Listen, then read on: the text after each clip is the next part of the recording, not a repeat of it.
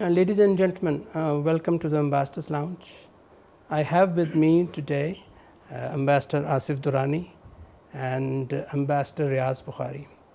And we will focus today on the evolving situation in the Middle East, the Israel-Iran war.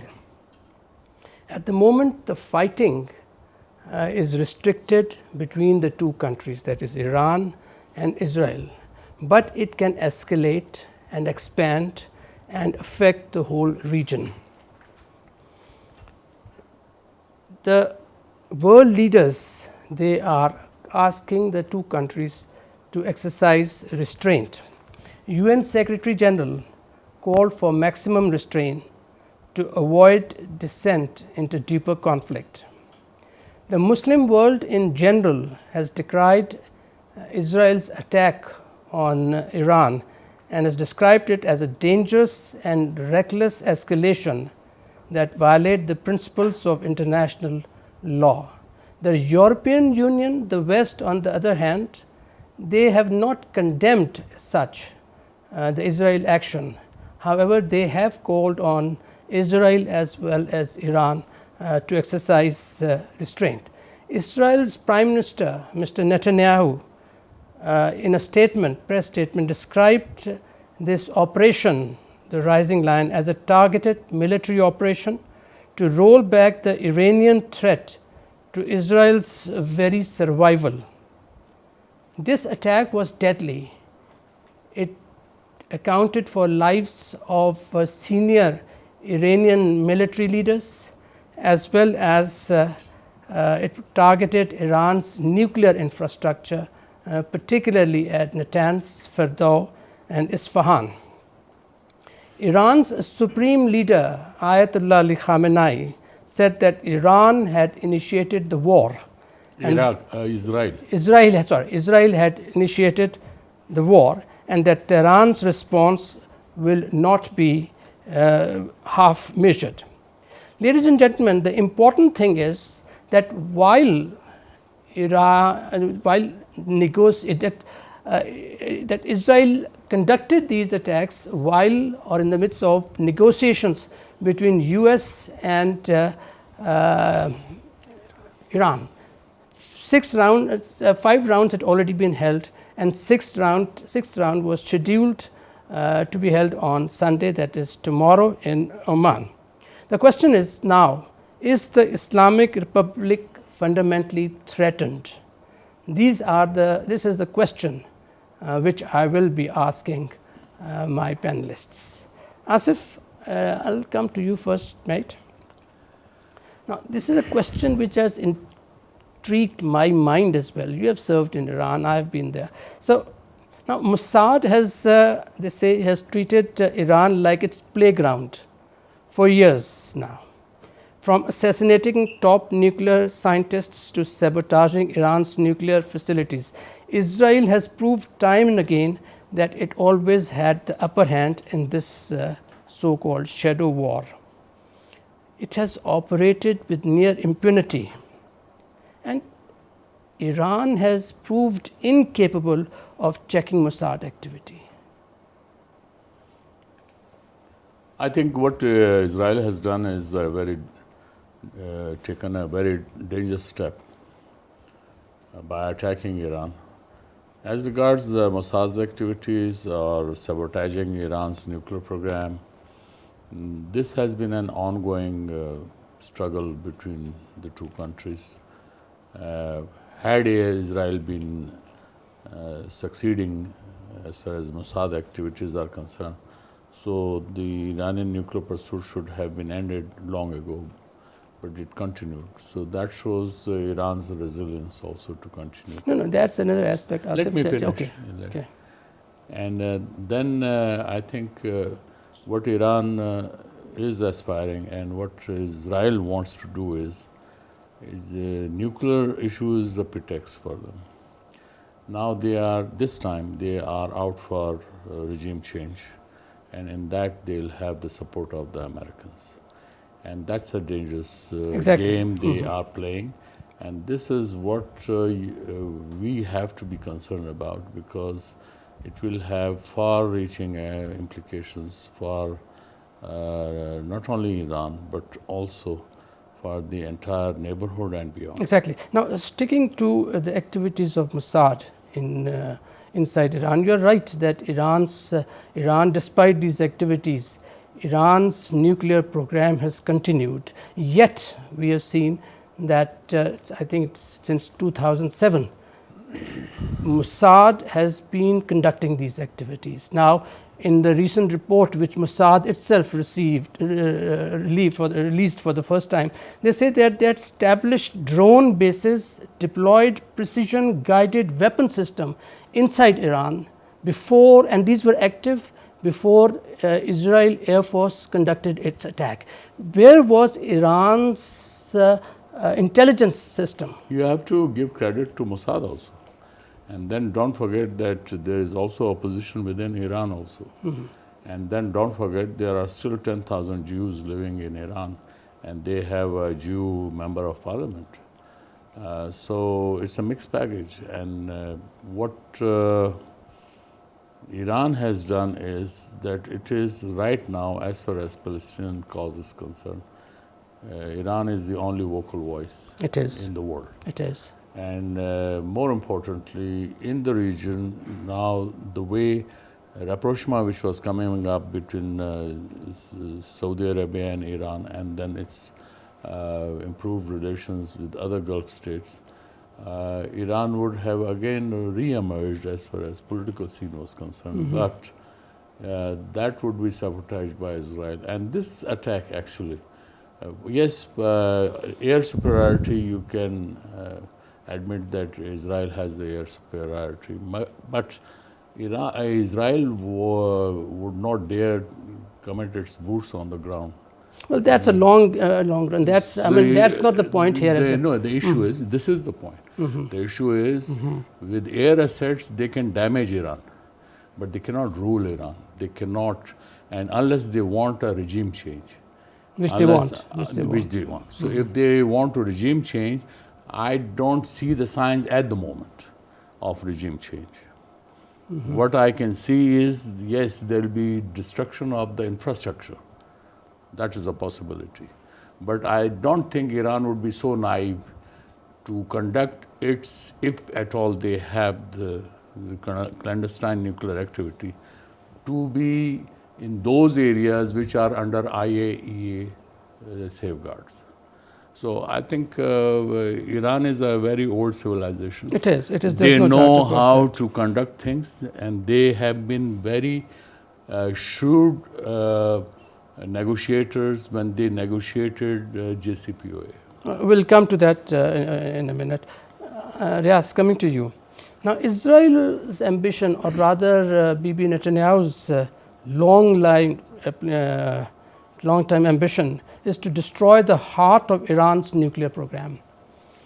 Now, IDF, Israel Air Force, claims significant damage to Iran's nuclear infrastructure at Natanz. And now they have attacked Fordow and Isfahan. Do you think the escalation will pressure Tehran into accepting the new nuclear agreement, which could be more favorable to the US and to the Israel? Sixth session of the US-Iran negotiations. I don't know whether it's going to be held tomorrow. It has been cancelled. It has been cancelled. Iran has backed out. But there are still reports that it has not been formally cancelled. But the news are that Iran is not going to participate in the sixth session.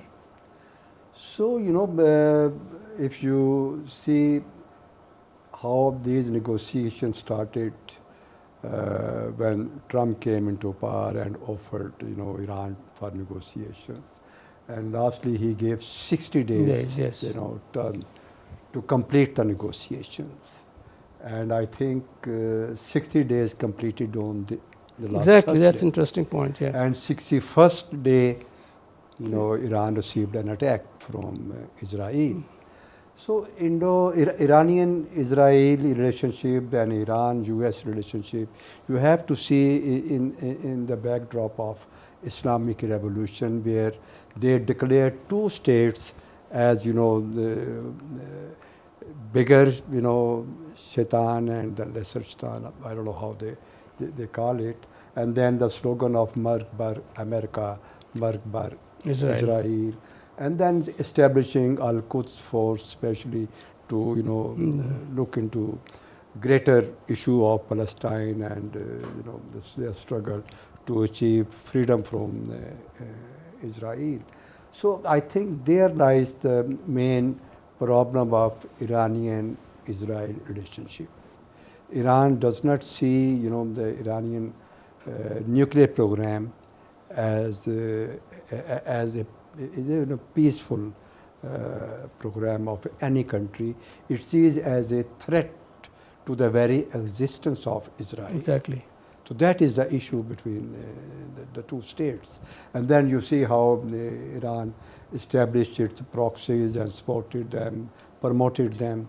And after the Gaza episode, more than 50,000 people have been killed. But, and then Hezbollah was sidelined almost. And the other forces, and what happened in Syria, Iraq, and other forces in the region, then definitely the next target will Iran go back to negotiations? Iran can wait, how things develop in the region. It's only 2 days have passed, and one has to see how Iran retaliate against the naked aggression of Israel. So I think the sixth session has been postponed or cancelled, and the negotiation had not been cancelled so far. But you see, if Iran even decides to go back to the negotiations, it will not be able to negotiate from the position of strength as it did before. Iran has weakened a lot, not only because of this attack, but even before that, what happened to Hezbollah in Lebanon, in Syria. Its arc of resistance proxies were no more there. Neutralized to a greater extent. So that has really weakened the bargaining power of Iran when it comes to negotiating nuclear issue with America. Asif? Yeah, it's right. Iran got the setback with the decimation of Hezbollah, followed by Hamas. Exactly. And then Syria in December last year. And now direct attack on Iran's nuclear installations, which are under IAEA safeguard. Safeguard, yes. And it has caused contamination, which IAEA has also endorsed and confirmed.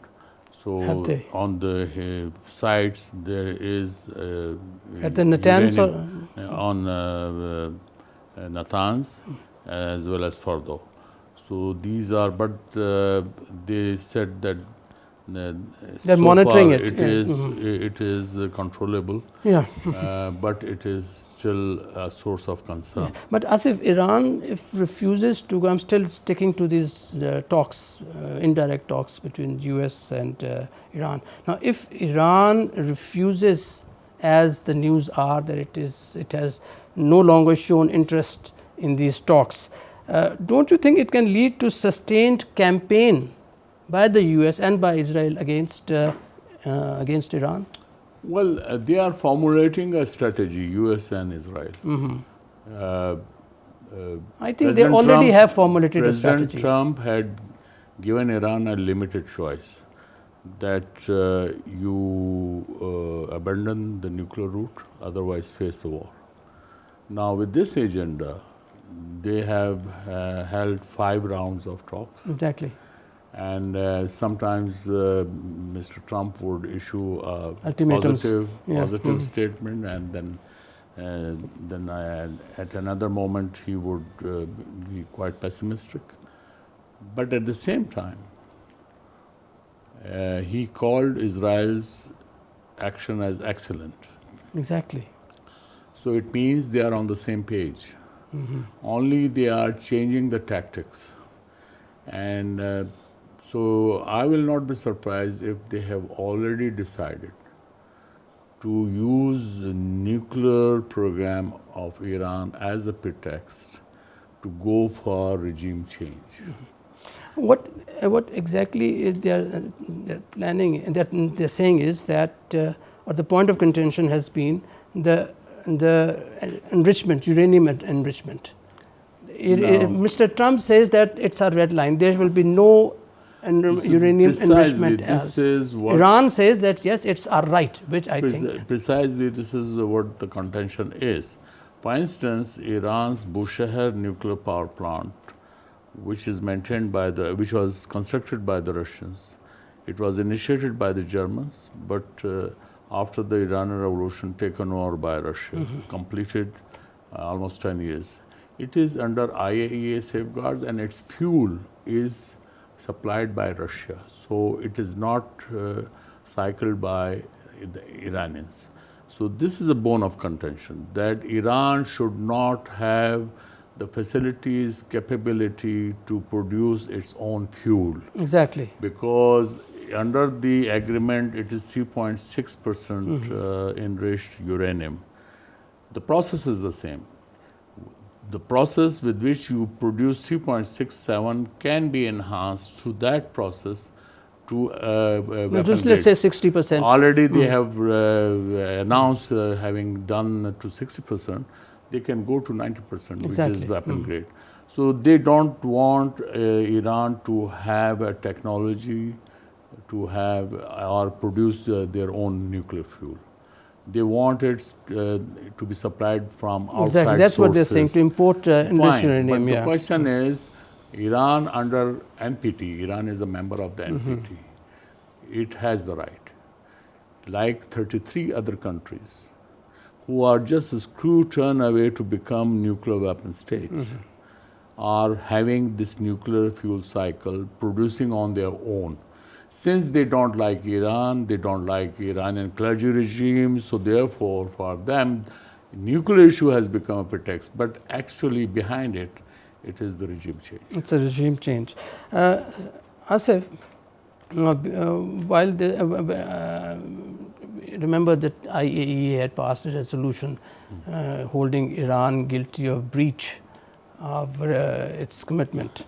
Now, when this resolution was passed, Iranian foreign minister said that Iran could withdraw from NPT. This would be a significant political shift. And we may even then see Mr. Khamenei retracting his edict, under which said that Iran was not going to have nuclear weapons. How do you see that scenario developing? Well, that's just a political statement, and it is again a debate between capabilities and intentions. If Iran gains the capability, it can change the intention, because if their sovereignty is threatened or if their country is threatened, so they can change the intention. Yes? I agree with Asif, but for me, as this passage of resolution by the IAEA board, at this time, at this juncture, when negotiations were ongoing between Iran and the US, I think it conveys a serious message to the Iranian side, that be prepared. I am talking about the situation of 2 days ago, before the attack by Israel. So I think if you recall IAEA's role in the Chemical Weapons Convention body in Iraq, when they said that chemical weapons were there in Iraq, and later it proved that there was none.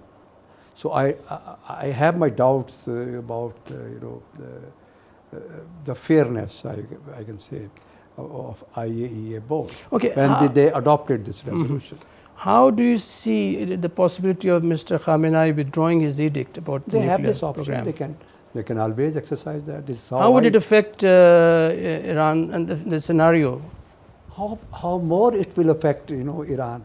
Already it is under attack. not by the state of Israel, but by many other countries as well, the big powers as well.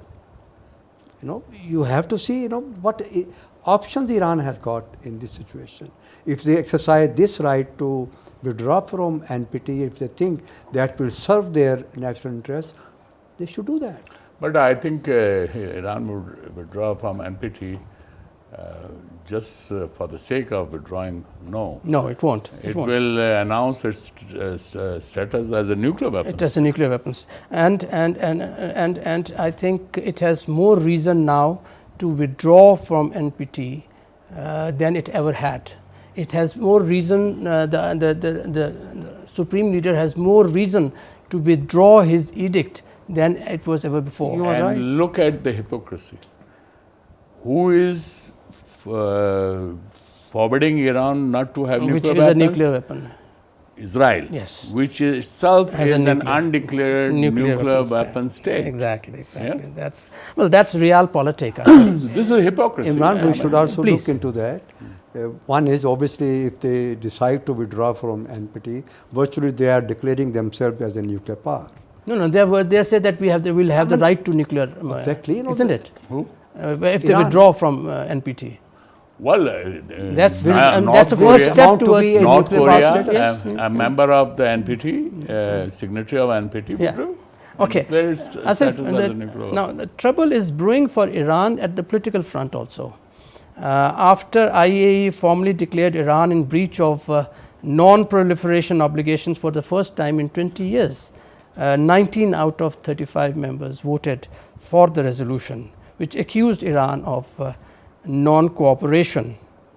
Now, P3 has threatened to take or to report this thing to the Security Council for non-cooperation and to trigger snapback mechanism. It won't work because Russia and China had already opposed this resolution at IAEA. No, I'm not talking about IE. I'm talking about I know. snapback, I know, reimposition of snapback, sanctions. they'll take it to the Security Council. Yes. So Russia and China are the permanent members. They will not allow this resolution to pass. How? They will veto it. They can't veto. Under JCPOA the agreement, no power can veto. And Under this was JCPOA, if America did not withdraw, America withdrew from it, America is in breach of the agreement. Yes. So America has no right to assert through the UN Security Council. You're right. Therefore, Russia and China has every right, being the permanent members, to veto it. under JCPOA, and this clause was introduced. Listen, this clause was introduced by Mr. Lavrov, the Russian foreign minister, that if any member of signatory of JCPOA reported non-compliance, then there will be no veto on this thing. By the non-compliance, here Iran has Germany, UK, France can report. They are have threatened to important report. members because they did not assert when America withdrew. So they have no moral right also. We are not talking about morality, No, Asif. even We political are right. talking Even- about even legal legals. right. They have the legal right. Even legal right. They have the legal They right, don't mate. have. What did America have the legal right to withdraw from JCPOA? No, it withdrew. No, it had the que- right no, to no, withdraw. It withdrew. You can't be selective. The question is, America withdrew and it harmed the disarmament machinery because there were hopes that with this JCPOA, disarmament machinery, which is in paralysis since mid-90s, would be revived. Okay. So America harmed the disarmament machinery. And now America wants to enforce its will, actually. So that is important. And then America, which actually is now losing the war of competition with other emerging powers, i.e. China. And China is also emerging as a supporter of stability, prosperity in the world. So therefore, this is also a competition. Yeah, Asif, that's a separate issue. No, this is not. Mate, Imran Yawar. that's a Imran separate issue. Yawar, What I'm asking you is, these are linked. no, It is you not are a divorce. digressing. It is not a divorce or marrying. No, you issue. are digressing. What I'm The asking is, question is, allow me to say. no, you are digressing. No, I'm completely not, digressing. because China would be part of the UN Security Council if tomorrow they take it, and we can bet on it. No, there's no need to bet. My question, simple question is that P3 has threatened to take this. Let them threaten. And Let them threaten it. and they can trigger snapback They mechanism. cannot. They cannot. No, because it would be vetoed in It the cannot be vetoed. No, it is not. The JCPOA does not allow veto. Listen, JCPOA is It not. can. The only way. The only way it can be. The only way. Ambassador Imran Yawar, JCPOA is not supreme to UN Security Council. This is an agreement. It mate. is a this is an subsidiary. agreement. This is an agreement which was reached, and So under be the agreement. it. So be it. Well, It is UN Security we have- Council, we which have- is the supreme body, which is the custodian of international peace and security. They will decide. Then otherwise, if they can't do it, why are you taking it to the UN Security Council? I'll tell you why. I'll tell you why. To have a vote on it. So They need 9 And votes. then you mean- no veto, but they need nine votes. no, for no, that. no. Boy, veto Asif, cannot it's not me. It's not me. It's the you have- you JCPOA have to- agreement which is saying. You have to reread it, please. Reread the agreement. No, my question is, Yes. Imran, to you. Yes. Can China or Russia exercise veto power in the UN Security Council? Yes, they can. They can. Yes. Irrespective whether it's a JCPOA item or not. Wait, listen. JCPOA was an agreement. Yeah. Right? Now, that agreement says that, and that this clause was introduced by a Russian foreign minister, that in case or it is reported that Iran is non-compliant, there will be no veto by the permanent members. However, the Security Council will vote on it. They have about 10 days to 30 days to vote on it. The only way the resolution can be finished is to introduce another resolution Okay. by, let's say, By any other party. any other party. That resolution can be vetoed. So, which means that if one of the 3 countries, the P3, if they report non-compliance, then the sanctions will be triggered. One of the P5 has let already me- withdrawn from the JCPOA. Sorry? One of the P5 Yes. has already So withdrawn. what can happen Now, is what is that, the situation? Yes, I'll tell you.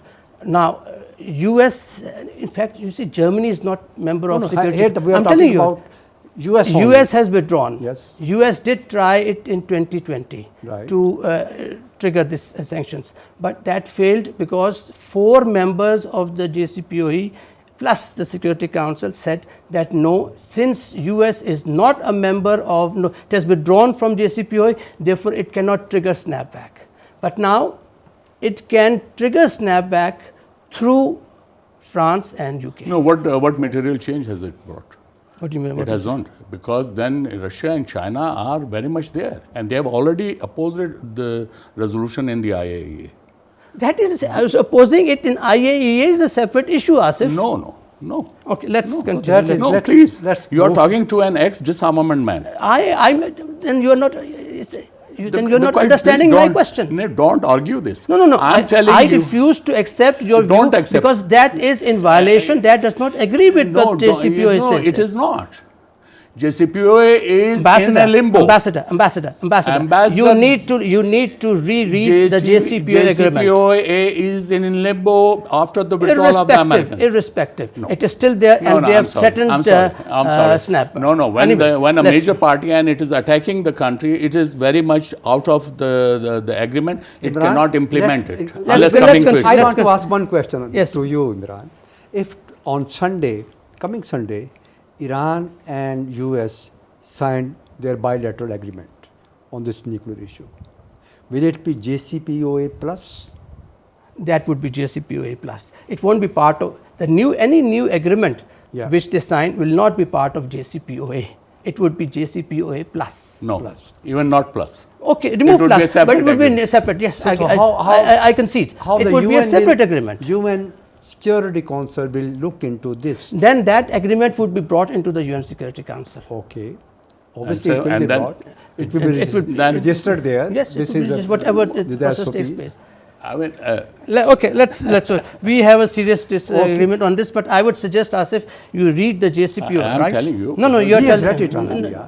I have read it. Many Yes, times. I have read Yes, it. Okay, coming to you, Riaz. Ji, Now, बताइए. there is a method in Bibi's madness, Netanyahu's madness. Now, after destruction and death in Gaza, in Lebanon, in Syria, we see Israel attack on Iran. Now, Mr. Netanyahu claims that the Operation Rising Lion was aimed at rolling back the Iranian threat to Israel's very survival. And he said that this operation will continue for many days as it takes to remove the threat.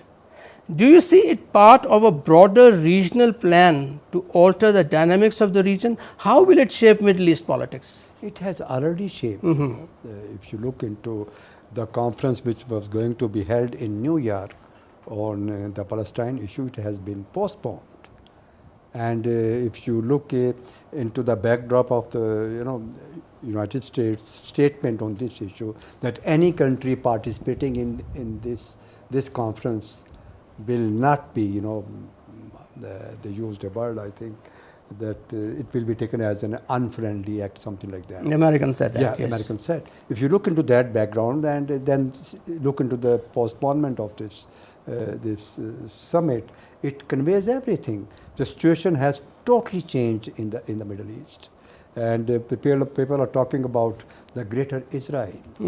Now, Israel has really, after neutralizing Hezbollah, Hamas, change of regime in Syria, and then the clearing the whole space from Israel up to Iran. Now they don't have any credible threat on their way to attack, launch any attack on the state of Iran. So this has totally changed the situation in Middle East, and people are now discussing the future of Middle East under greater Israel. Now, Riaz, staying with you, Israel has used the cover of self-defense to bomb, invade, occupy and commit genocide in the region, and it has the tacit support of US. How does Pakistan stand after this event, after this what is happening in Iran, or once this thing is over? The National Assembly has adopted a resolution on this issue. Our Foreign Office has also issued a statement on the developing story in the Middle East, particularly with regard to Iran. We have really condemned Israel's aggression against Iran, because it is just in our next door. Iran is a neighboring country, friendly country, a brotherly country. And we will never support any aggression against any friendly country. Of course, we will not support that. Now, the situation is, if situation changes with Israel's aggression in Iran, and even the regime changes take place in that country, it will again change the whole situation. Our Prime Minister was there in Tehran only a few days ago. So we have, I would say, very cooperative and good relation with Iran, and we would like peace to restore in our neighborhood. Asif, the same question. Iran has used the cover of self-defense to bomb, invade, occupy, commit genocide.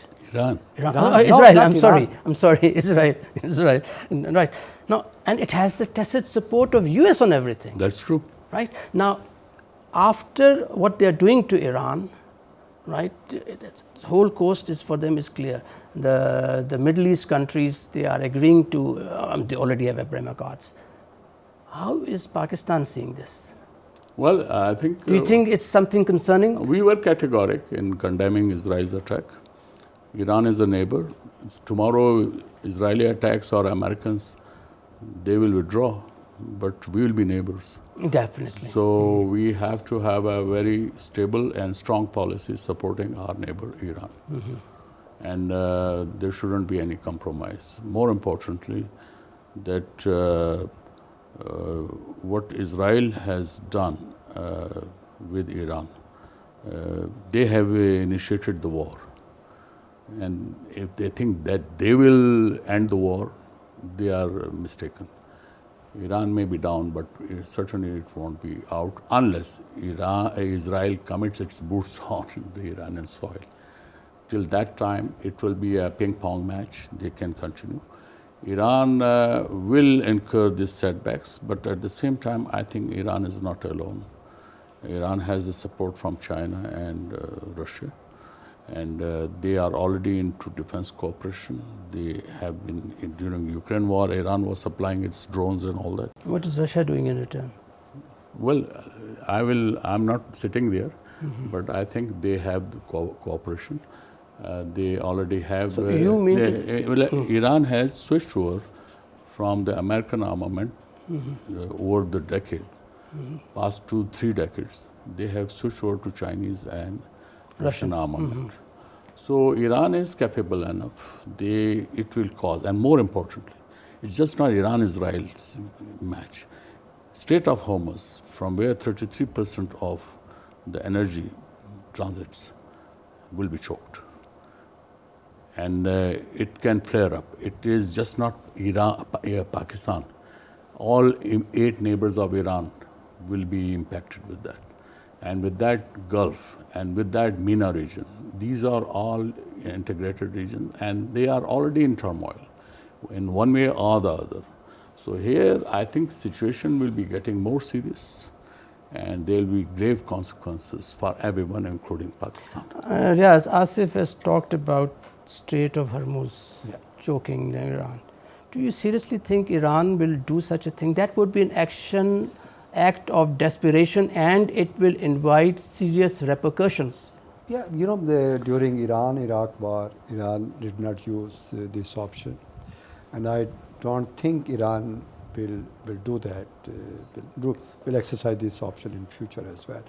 But it will continue to create a situation for international navigation, particularly with regard to the US and other ships in the region, because already Iran has declared that in case of aggression against Iran will use its it will target even American bases. To target American forces and other forces which are supporting the state of Israel. That would involve, you see, first of all, if such a scenario takes place, that would be expanding the tensions or the war in the whole of the region, one thing. Second thing, again, the repercussions, Iran has to see how it has to limit the losses. If it embarks on this thing, if it tries to choke Strait of Hormuz, if it attacks the US bases, the repercussions on Iran, for Iran, would be very, very serious. So far Iran has been. It's not. It's very easy. I don't think it is going to happen tomorrow. It won't. I don't think it's going to happen because that would be a very serious thing. First, we have to see Iran has already lost its top military leadership. So new appointments have been made. They will take time to look into their war papers and their strategies and formulate new strategies in the changing environment. But we should also see that what role Saudi Arabia is playing now in this scenario. It has condemned Israel's aggression. And on the other hand, it has UAE, so has Oman. I'm only talking about Saudi Arabia. And on the other hand, it has declared, Iranian Hajis in Mecca as their state guests because they cannot go back in this changed situation. So I think if you look into the past behavior of the regional countries vis-a-vis Iran, this is a positive. I give you another scenario. Okay. What if the Gulf states decide with Iran? They side with Iran against the US? Against Israel. Well, against and also indirectly against US. That's an interesting scenario if decided. But what happened is Mr. Trump has just been there. He had signed huge treaties with Saudi Arabia, with UAE, with Kuwait. One thing. Second thing, the Gulf, they still depend on the Americans for their safety and If they security. don't want that so dependence. having such that's stretching the imagination too wide. So in the immediate future, at least, there is not much of a possibility that the region, the Middle Eastern states will rebel against the American influence in the region. Second, then Abraham Accords is already there, and you may never know more countries, Arab countries, joining the Abraham Accord. Asif said that Iran may be out. Iran is not out. Maybe down, but it not out. It may be down, but not out. Yeah. Its defense system, Iran's defense capabilities are almost zero. Iranian skies are being ruled by the Israeli Air Force. Yeah. They come, destroy, attack whenever they want. Iran is firing missiles. Limited numbers are impacting. They are impacting, but limited numbers are impacting. There's not full impact. What else? Iran is completely out at the moment. Asif? Well, difficult. This is what you say. I don't tend to agree with that. Good. Iran has got indigenous production capacity. Exactly, you're right. And they are fairly advanced in drone technology and missile technology.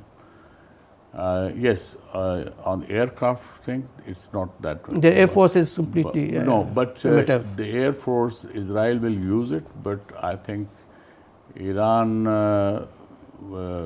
as far as its collaboration with some important countries is going on, I think they will install the defense system. Already they are talking about having S-400. Last year, their S-300 got damaged. Yes. Got damaged. It did not work. It happens in wars like situation that is a possibility. But the main thing is Iran with the 80 million population, with the immense resources, and when you compare it with Israel, I think Iran can sustain. But yes, damages would be there. They incurred the damages for 8 years with Iraq. And Iraq was supported by almost the entire world and the US and others. So what happened? Ultimately, yes, with 1.5 million human losses, they retrieved their area and all that.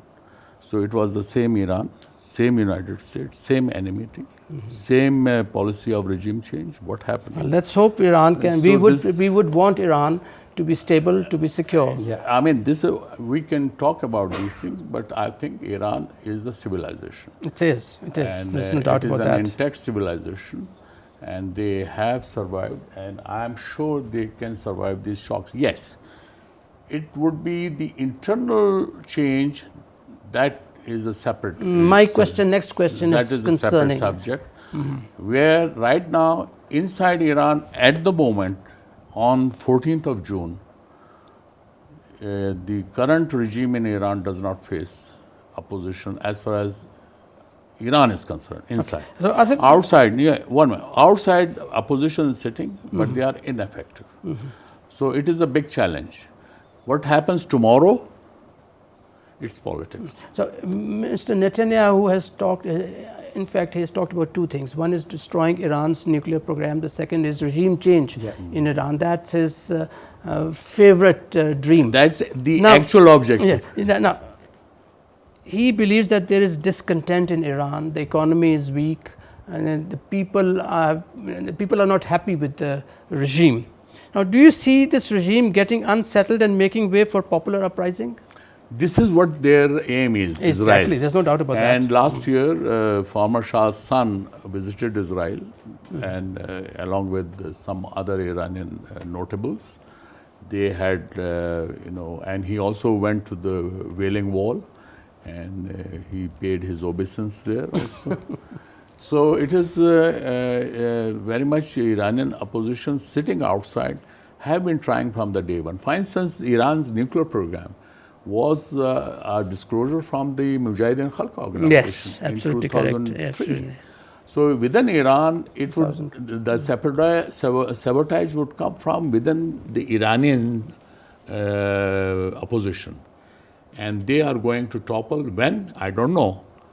But at the moment in Iran, there is no opposition. Iranian opposition outside Mujahideen Khalq and Shah's son. Royalties. Do you think they had anything to do with or any cooperation with Mossad And you can't rule out.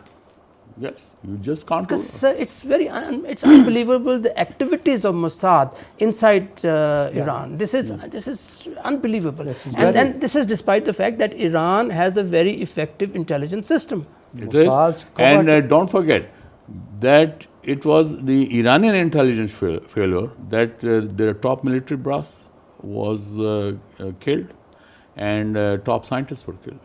Yes. With pinpointed, Accuracy, with yes. accurate precision strikes. So, gentlemen, what are Iran's options in the present scenario? Keeping in view its weaknesses, right, and the strengths of the foe, what are Iran's options, Asif? The soft option or easy option would be to have renegotiate, go for abandon their fuel cycle, forget about enrichment, and have negotiations with Israel also. That is, and these options seem to be, That tantamounts not to possible. surrender. That, in a way, you can say it. But in politics, it's possible. In Syria, what happened? Yesterday's terrorists, Today is the ruler and the friend. is the ruler and a friend, and with no sanctions. Yeah. This was Iran, same, which had recognized Israel, till revolution. Yes, yes. Yeah, Yes. I agree with Asif, but I would also like to ask you, Imran. Netanyahu spoke with Mr. Modi after the attack on Yes, Iran. he did. And that signifies the collaboration between the state of Israel and India. Yes. How it is going to affect our, the current scenario of relationship with India. See, first of all, we must know that Israel is the fourth largest weapons supplier to India. Second thing is, Mr. Netanyahu has not only talked with Mr. Modi, he has called Mr. Macron. He has also held talks with the new German Chancellor and a number of other leaders. Yeah. So what he has been trying to do is he's trying to explain his point of view, explain the reasons why Israel has attacked. Is trying to garner support, because at the moment he has realized that particularly in the Muslim world and also in general in the European world, there are concerns about Israel's actions. Countries like Spain, countries like Italy, countries like Ireland, they have openly criticized Israel for this attack. The UN Secretary General has been critical of this thing. So it's basically in that context that Mr. Netanyahu called Mr. Modi. So I think in terms of support, Israel hasn't got open support. It has not. Not open. You're right. You're absolutely right. Except from the US. Even US, Rubio, their Secretary of State Rubio said Iran did not consult us.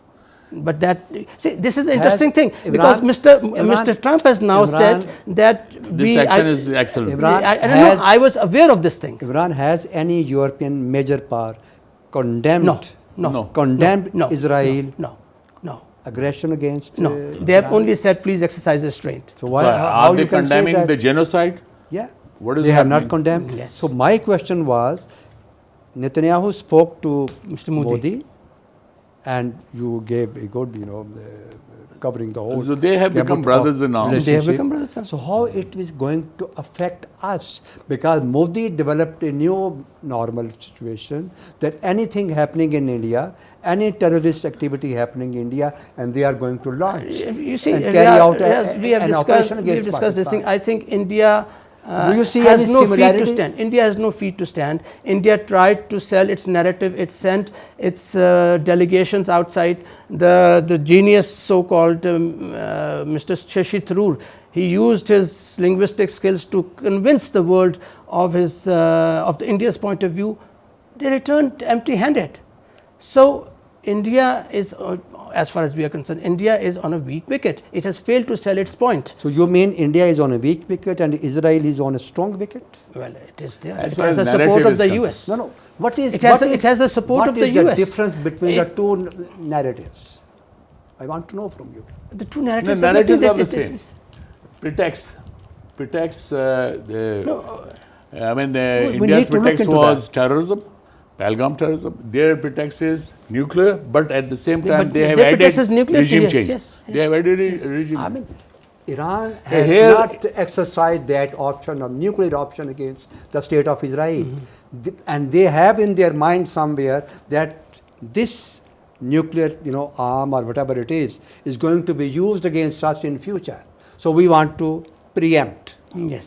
The same strategy India has adopted. You don't see any difference Against between us? Against us? No, but India should India- is aware of our status, and they have had the recent taste. What we how we responded? Yes. Of the recent spat. Do you the see two countries had. any similarity between the narratives of the Only two countries? You see, similarities they- as far as attack is concerned. Yeah. They I have don't think attacked. there is any That's it. similarity between the narratives. Our narrative, India's narrative has been different. India's narrative says that Pakistan has conducted this terrorist act in India and India has responded. Pakistan says no. India has not been able to sell this narrative. The world says, okay, if Pakistan attacked you, if Pakistan conducted Pahalgam, give us some evidence. Pakistan said that we are prepared for independent investigation. India refused that investigation. This thing has sold to the world. The world has realized that yes, Pakistan has a point of view. And there is still no outcome of the investigation. What is You happening? see, Pakistan delegation which went out. But still you have not addressed my question. Pakistan delegation. Still you which- have not addressed my question. What's your question? No, I My don't think there is question any was, similarity what of are the narrative. similarities between No, the there's, I narrative? don't, there's no similarity. No similarity. None. No. Their They are partners. preemptive strike, do you agree with that? What? No, no. it's Why Iran- should their Israel's preemptive is not a strike? preemptive strike. This is what they are saying. Iran's is an aggression.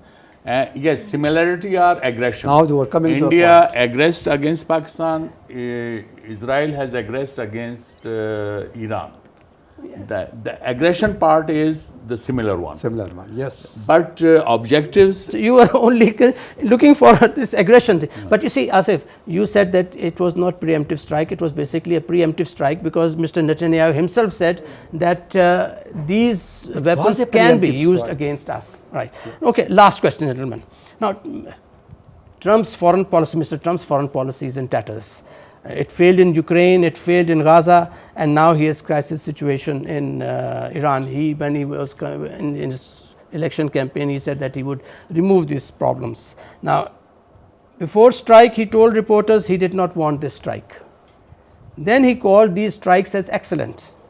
Then he blamed Iran for the strikes, and then he says that further strikes will happen, and there will be more, and those will be more serious.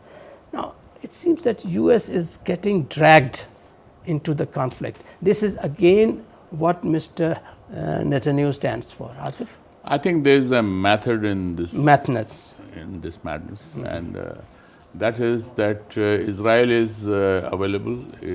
Israel would do the dirty job, and the United States will support it. And this is what they have done it in the recent episode. And they want to jolt Iran, they want to weaken Iran further. They think that they can also scare other Gulf states to fall in line. So they already followed the American line, the regional countries. I don't see any problem there. So what about US, its foreign policy? It's ready to be dragged in? Obviously. It will be. It will be dragged Day in. by day. they It's are already dragging in. there. What do you But mean it's by in- dragged? It's Already very much there. Everything is actually supported by the US. when they say dragged in, it means that bringing their soldiers, bringing their US arms. knew No, that not soldiers. Soldiers, Israel no. was going to attack next day Iran. They knew that and they did not stop. Okay, gentlemen, thank you. Ladies and gentlemen, now Israel attacked Iran while it was at the weakest position, politically, economically, and militarily. Iran's arc of resistance was no longer active. Hamas, Hezbollah had been decimated. The Houthis weakened, and in Syria, we have a new ruler who is less pro-Iranian. Then crippling sanctions had weakened Iran economically. Previous year's strikes had in fact pulverized their defense systems.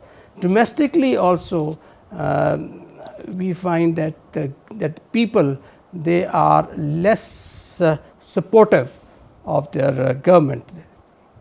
Therefore, Mr. Netanyahu saw a window of opportunity to achieve two objectives. As my panelist said, the first objective was to destroy Iran's nuclear program, and the second was to bring about a regime change in the presence, a regime that would be more pro-Israel, more pro-US. Israel in all this process has the backing, as again my panelists are of the view that Israel has the backing of US, which not only is committed to its security, but also helps it, protects it from all criticism at the international fora. Ladies and gentlemen, Iran's options are quite limited. Now, to deter Israel from such actions, it needs to inflict significant cost on Israel. Can Iran match the military superiority of Israel? Israel Air Force controls Iranian skies to a great extent at the moment.